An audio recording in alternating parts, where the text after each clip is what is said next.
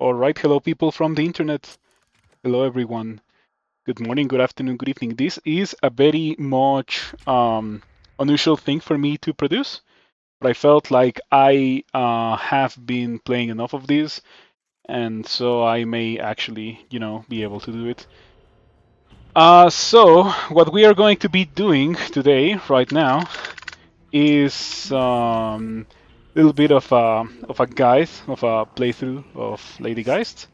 Um, with my own um, personally made build, which was partially inspired by the Max 2 build of Lady Geist.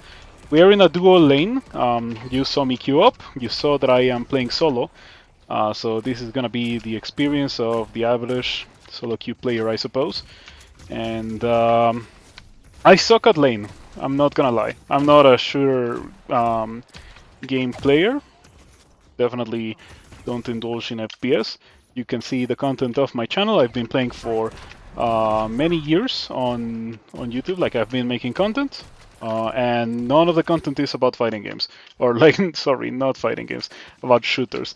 Some of the content is about fighting games, a little bit, and I don't put it on. I don't put it on YouTube, but I do play MOBAs, or I guess I used to play League before Vanguard. When Vanguard was introduced, I decided that I was done, and I kind of was having cravings for a MOBA until I got access to Deadlock. So that's my background. In League, I played for a couple of years. I think I started playing in like 2015 or so. My best rank was Emerald when I stopped playing. I didn't really play that much. But I was very happy when I got to Emerald. And in League, I was also never really good at lane, and by extension, I needed to, learn how to play this game, how to win at this game without. Oh, come on! Where did you come from? Anyway, as you can see, I'm not good at lane, but it's fine. Because this build is made for people that are not good at lane, that people that often get stomped in lane. The thing is that you kind of need to rely on having teammates that are just not gonna go into fights and feed like crazy. So in that sense, one could say that you are getting carried by your team, but the reality is that you just need your team to not lose until you amass enough power.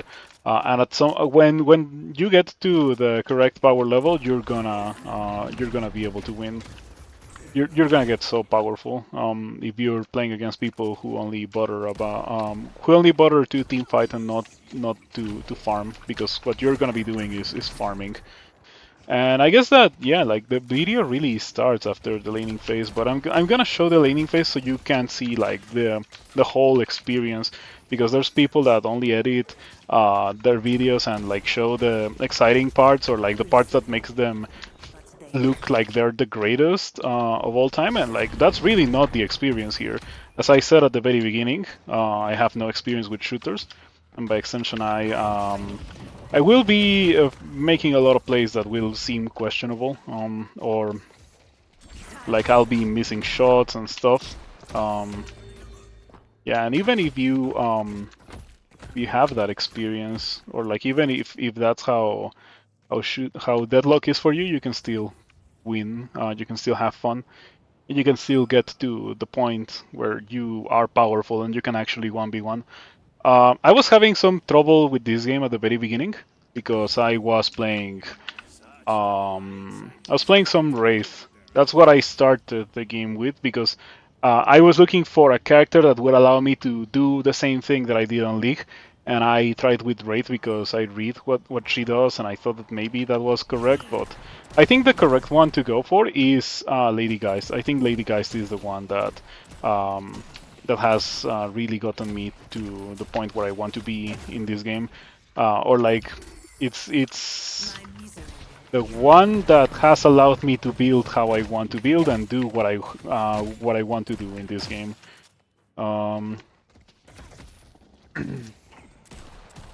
There's also McGuinness. I've also been playing a lot of McGuinness, doing something very similar to what I do with Lady Geist. Why McGuinness? Because with McGuinness I didn't really need to aim, and that was a huge boon for me.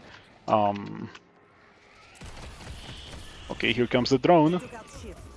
Oh, he killed Shift with the drone. Alright.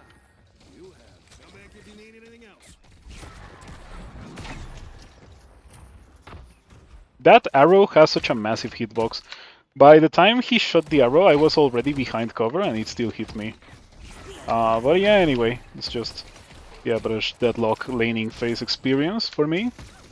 Nothing to be surprised of.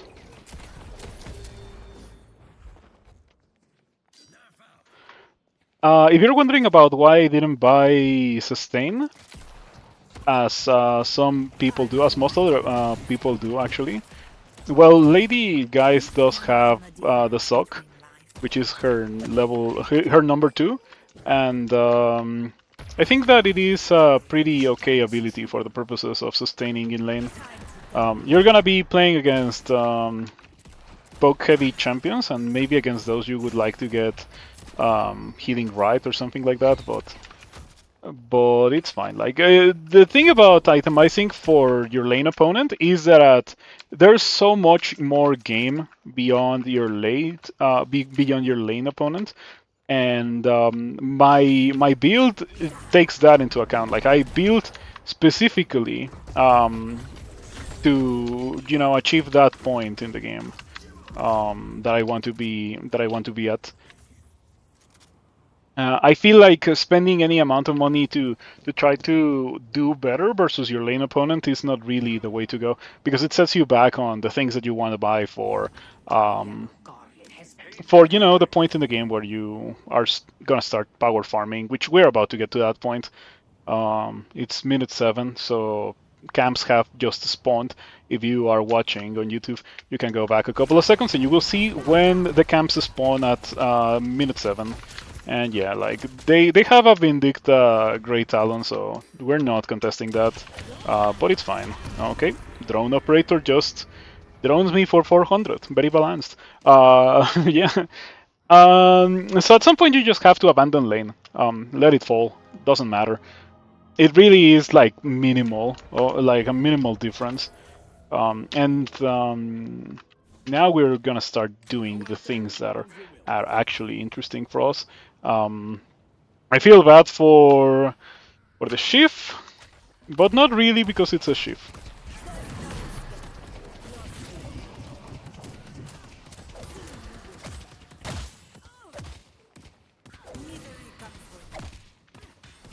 Not the greatest clear, but I mean it's minute 7. We will get stronger as the game goes on, and by extension, the clear will get a lot better.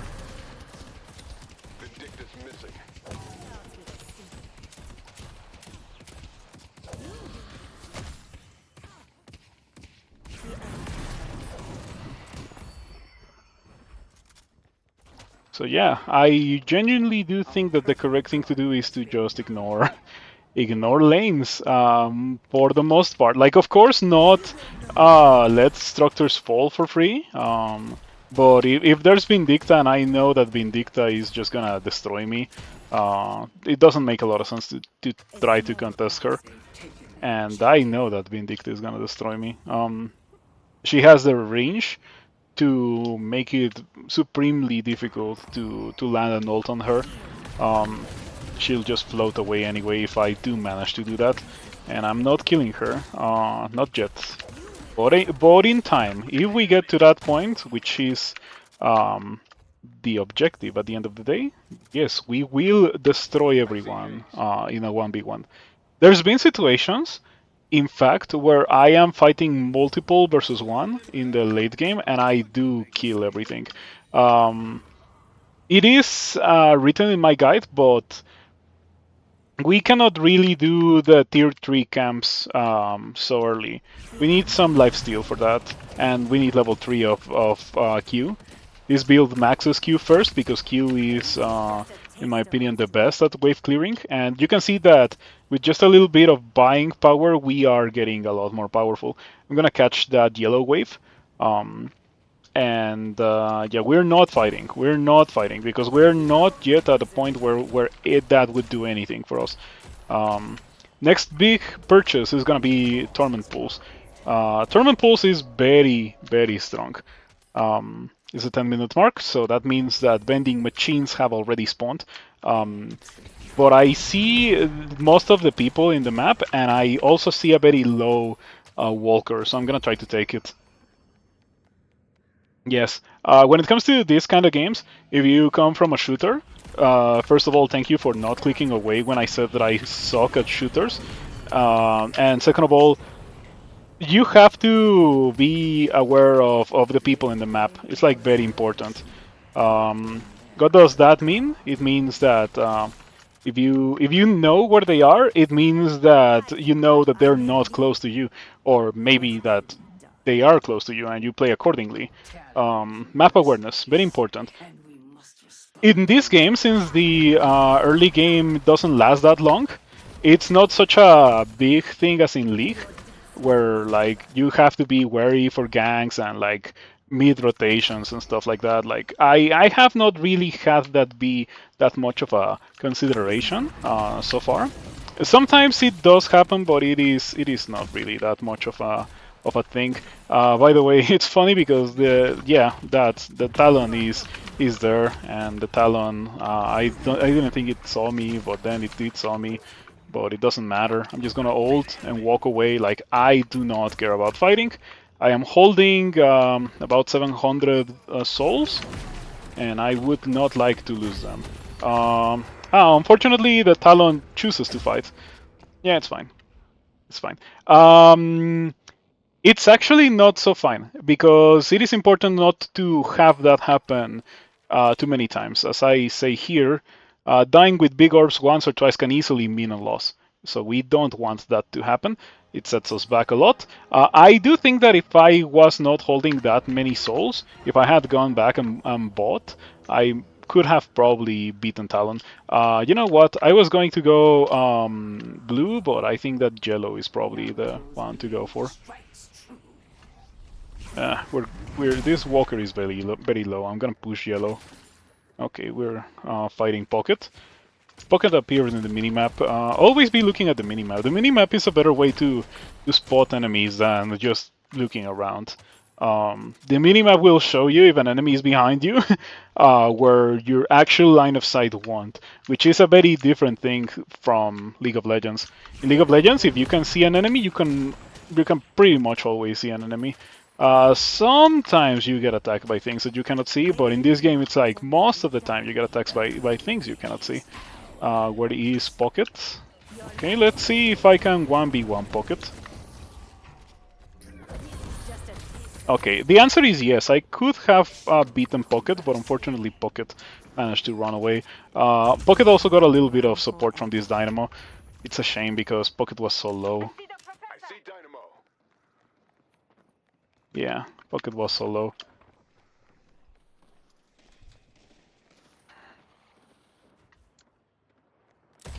Getting into this room from above is so much harder than just going down and entering the room like that.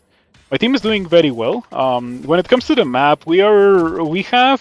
I mean, it's not like we are winning, but we are kind of even. I guess that's a good way to put it.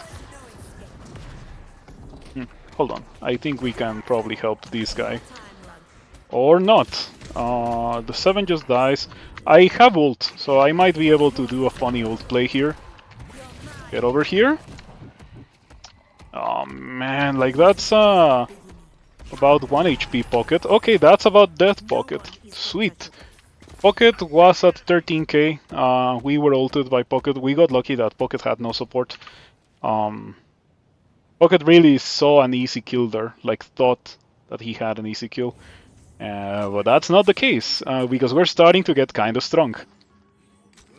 We are gonna buy half of the shop, and we can already, like, we are definitely at the power level where we can start doing tier 3 camps. We have been able to do them ever since I got max bomb, but I have, like, there were other things that I needed to do. But now I will show how this build does the tier 3 camp. If you feel uncomfortable doing the tier 3 camp, you can also manipulate your line of sight so you only get shot by one at a time. But in this case, I don't really think it's a problem.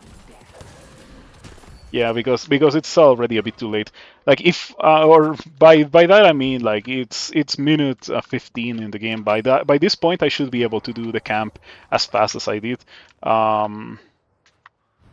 But if you're trying to do it at like the 10-minute mark or so, that's when you want to manipulate your line of sight so that you don't get hit by too many enemies at the same time.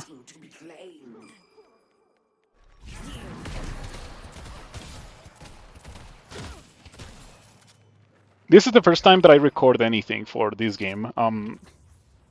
In fact, it might be the first time that I record gameplay off stream. Okay, we have another tier 3 camp here. Very convenient. We max number 3 seconds. Why do we max number 3 second? Because number 3 is really strong at fighting, and it is also good at camps, but it is not as good as number 1. Number 2 is also a really strong ability. It's really good if you completely suck at aiming, because it does a ton of damage, and it... I also saw that case. I didn't feel like chasing, precisely because I suspected something like that was going to happen. If you see someone alone in their side of the map, they're not alone, and by extension, you should play accordingly. However, this pocket might be alone, and yeah, unfortunately for you,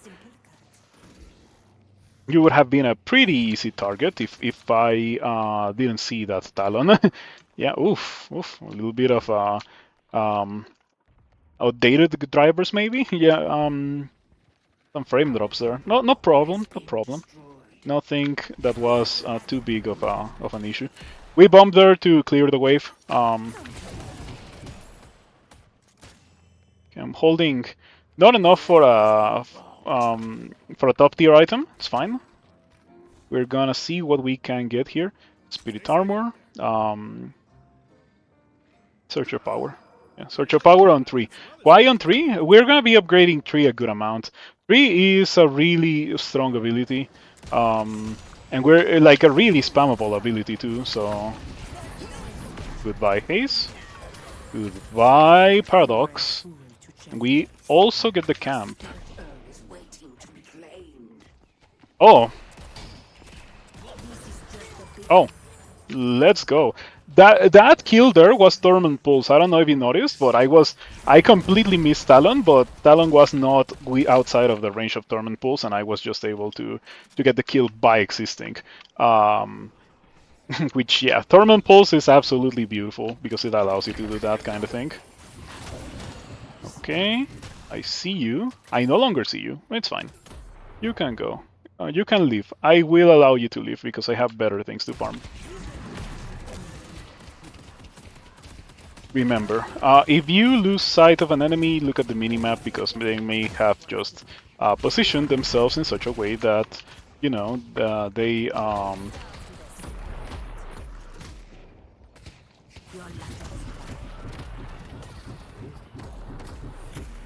Unfortunate. These guys are not letting me go. I didn't get the kill on Haze? That's crazy. And yeah, here I definitely overextended. Fortunately, I'm not holding that many souls. Yeah, it was a 200. Definitely my fault there. I grossly overextended. We can take a moment to analyze the map position. I feel like we're doing very well. Like, we have some lanes pushed. And when it comes to structures, we're mostly even. We have one walker, they have one walker. I think that the next thing to do is to just push for that walker. And there we go. Thank you, team, for that. Yeah, looking pretty good. Now, what do we buy here? I think that we buy We can buy them in order. Like it's not really designed in such a way, but we buy superior cooldown. We put it on a 3. My logic for that is that going from 3 seconds cooldown on this to 2 seconds cooldown is kind of huge. It's 50% more spam of number 3. Yeah, you saw that. That shot didn't one-shot the minion, but the minion did die because of Torment Pulse. Torment Pulse is such a strong ability, or like such a strong item to get. I get it on pretty much any variation of this build, precisely because it just does that. It lets you kill things faster. It's perfect for fighting enemies. And we're killing the camps really fast. It's minute 20. Of course, we're killing the camps really fast. We had a bit of a rough start, so I'm not really as ahead as I would like to be, but I am ahead of everyone. I am at 23k, and the only one that has more... I said health, I meant souls, but like the only one who has more than me is Yamato. Yamato is at 28k. There we go. Bomb cleared the tier 2 camp. And we're pushing with Yamato, so we're gonna do very well. Like, there's no way we are in a rough position here because we have Yamato. Goodbye. Okay, so what happens when you clear those? Very simple. The minions, your minions, stop giving or like give less money to the enemies, which is kind of a huge deal. There we go. A nice thing about Lady Geist is that she pushes objectives so fast. It's crazy how fast she pushes objectives. I didn't really feel like we were gonna live there. Yeah, like the Yamato is just flying too close to the sun here. I am not that strong. If you can do it, power to you, but I can't do it. And the thing is that because I can't do it, I feel like if I just stay there, instead of only Yamato dying, it would have been me and Yamato. And that's not what life is about. If I felt that I could have like done the 3v2, I would have definitely stayed, but we're not there yet. Unfortunately for you, Dynamo, I'm pretty strong. Yep. Dynamo was kind of clueless. 17k versus 27k. You know what? If I was a better player, because like that's also another thing why I'm making this. I am showing that even if you're not the best, you can still have a fun time. You can still get some kills. You can still enjoy this with the correct build. If I was better, as I was saying, I would have ulted that Great Talon. And I still don't have the... Get over here. Oh man, I got stuck. Okay. Oh, nice. What a huge deal it is to be able to ult someone with Geist. Like, you ult someone and I got the snipe. And I got a bunch of souls if I can get them. If I can grab them. 500. Not bad. Almost 600 actually.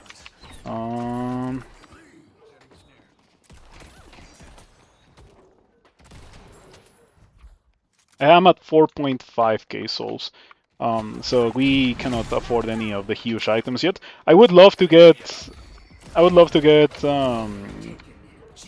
Leech. I think it's about the time that I get Leech. If like I said, we are gonna not fight a lot, but there will be a point in time where you just have to fight. I didn't notice, but this line is very pushed.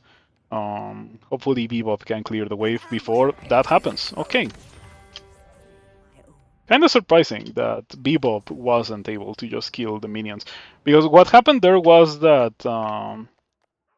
Wait, never mind.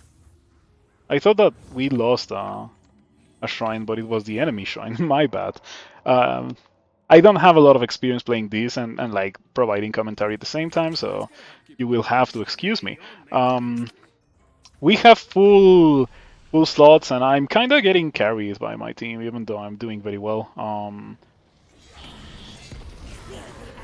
What do I mean by that? I'm getting carried by my team in the sense that I didn't like I haven't done anything too crazy this game.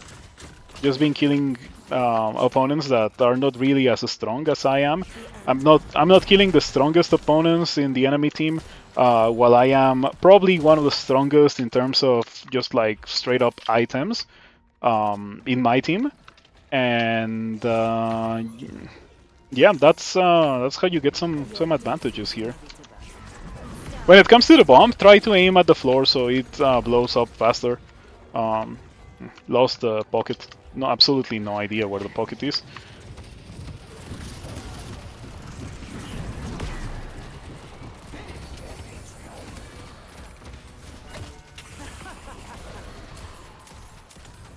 Unfortunately, I don't think we can kill Talon in there. Okay, we dodged the drone.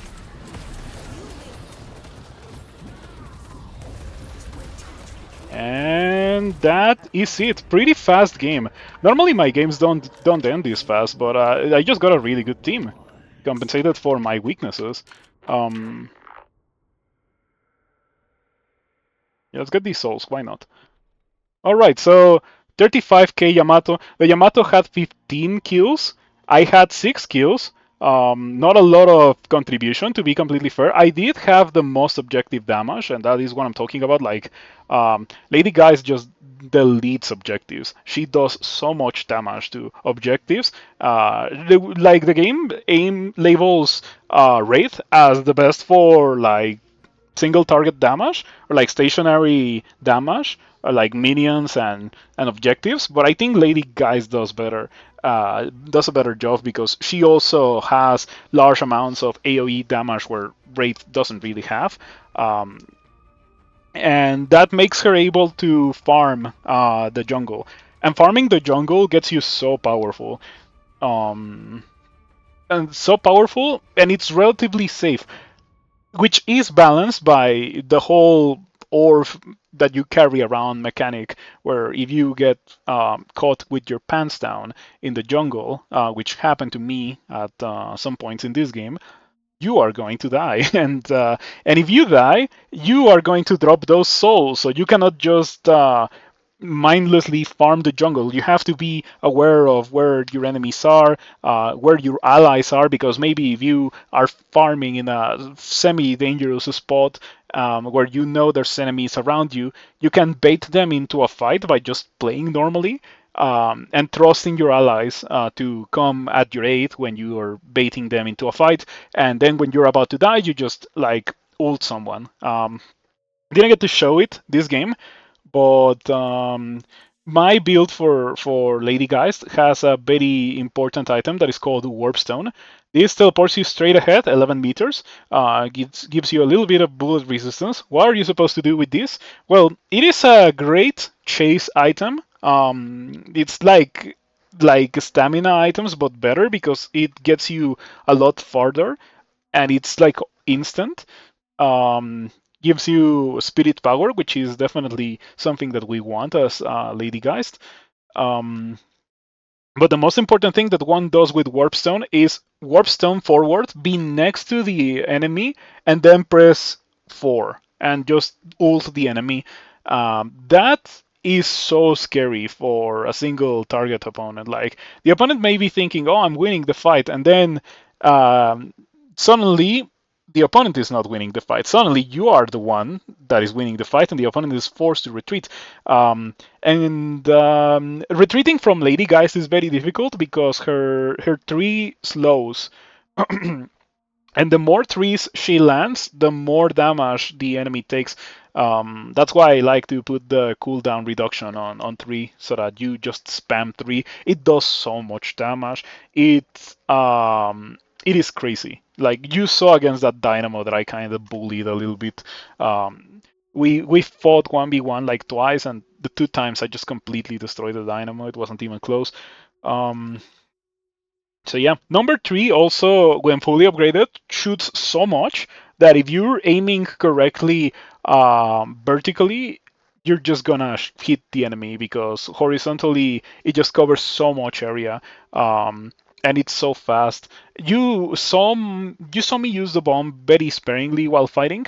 Um, the bomb is okay while fighting, but it is a lot harder to land than number three. So that's why I prefer to imbue number three with a lot of things and just use bomb early on to farm the jungle.